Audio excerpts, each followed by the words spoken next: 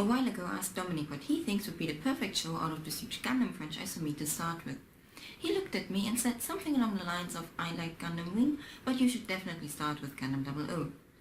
When I asked why, his only reason was that the cast consists mainly of hunky boys.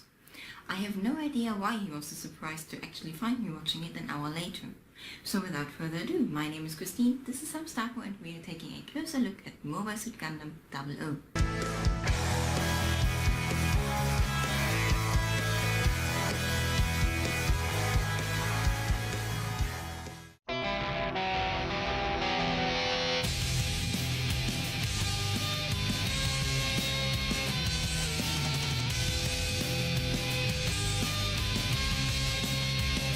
Mobile Suit Gundam 00 takes place 3 centuries into the future. Earth has run out of fossil fuels and therefore turns to space to use solar power as an energy source by building giant elevators. Because humanity has always liked to fight over resources, never-ending conflicts have torn apart the nations as we know them and reunited them as 3 major parties. That's where our protagonists come in. A group called Celestial Being wants to bring peace back to Earth by giving it a target which is equally despised by all of the 3 parties. They believe they can pull this off because they have Gundams which are superior to all of Earth's weaponry. What I liked about Gundam 00 is that despite sounding quite cliched and worn out, it has a realistic setup. In general, the first season spends a lot of time explaining all the different conflicts and how they influence the characters. It also cleared up one of my former prejudices. I never bothered to watch anything that has to do with giant robots punching giant robots because it seemed kind of boring. Gundams move in, punch all the other tiny robots and then leave. Meh. While this does happen in Mobile Suit Gundam 00 as well, the Gundam pilots hit a wall sooner or later when they come across some seasoned soldiers who outsmart them, as the Gundam pilots are somewhere between the ages of 15 and 24. I also like that every member of Celestial Being has a reason to fight. They've all lost family, friends, their homes and maybe even identities during the numerous fights, and came to the conclusion that they want to change something. Besides Celestial Being's members, we get introduced to the different armies.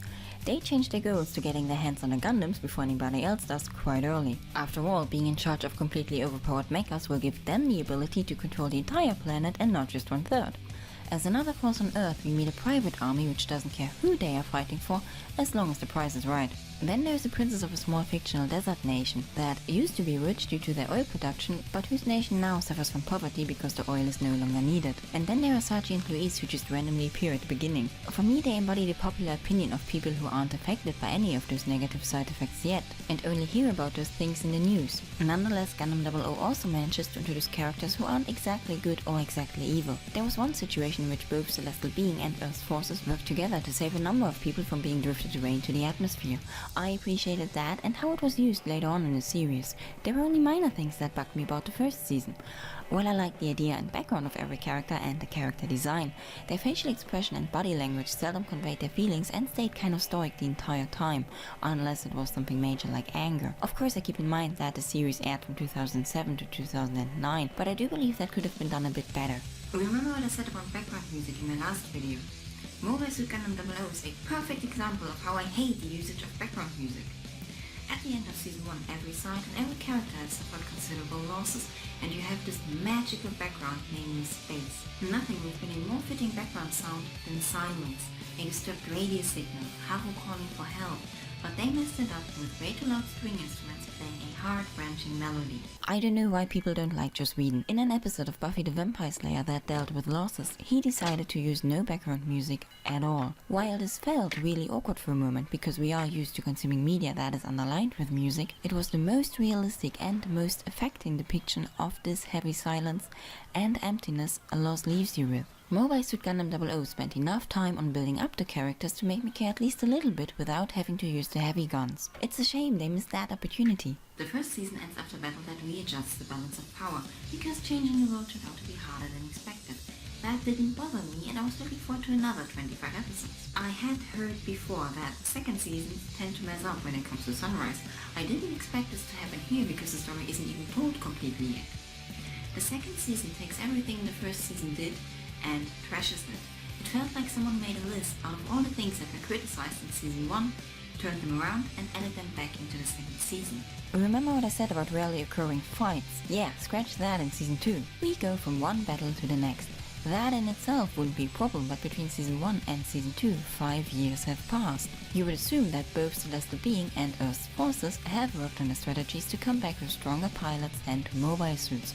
Well, the armies on Earth sure did. The Gundam pilots, however, come back with stronger Gundams, but haven't improved their skills, and every battle ends with them making the same mistakes over and over again. Nobody ever learned from their experiences, and that's what made all the fights so boring. One theory of mine is that some of the Gundam pilots have been occupied otherwise. It's one of those things about the show I didn't really understand where it came from. Maybe it's due to the fact that it is a cast consisting of mostly pretty boys, and the internet likes to do strange stuff with every show that has more than one decent looking male protagonist. Maybe someone didn't quite expect that and decided that the internet surely will stop writing slash fiction once everyone had a girlfriend. Or maybe they realized that they have gained a quite large female audience, so let's add some romance because ladies like that ish, don't they? Well, no. Maybe. First off, the internet will never stop. The only thing that happened is that everybody suddenly was busy rescuing a significant other. Screw humanity and everything I came here for.